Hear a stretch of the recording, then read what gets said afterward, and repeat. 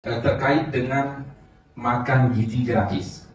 Nah, makan gizi gratis ini program nasional yang tentu beberapa kali pertemuan di Jakarta kami diingatkan untuk melakukan support ya terkait pelaksanaan di lapangan. Tetapi Pak Gubernur, Pak Wakil Gubernur dan Pak Sekda serta Pak Asisten, ini kerap sekali para pemilik dapur MBG itu tidak melakukan koordinasi dengan bupati dan wali kota, sehingga kita tidak tahunya saat mendapat undangan untuk di launching.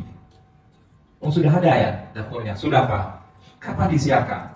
Nah, seharusnya mereka dituntut untuk melakukan koordinasi dengan pemerintah daerah, karena pemerintah daerah sebagai dewan pembina langsung terkait dengan operasional dapur NBG. Nah, hal-hal lain juga bisa kita koordinasikan kalau laporannya disampaikan, ya, termasuk terkait dengan tempat, lokasi, dan juga jumlah siswa yang akan mereka tangani. Nah, ini perlu dilakukan penekanan dari provinsi disampaikan ke pusat agar mereka bisa koordinasi dengan bupati wali kota di Aceh.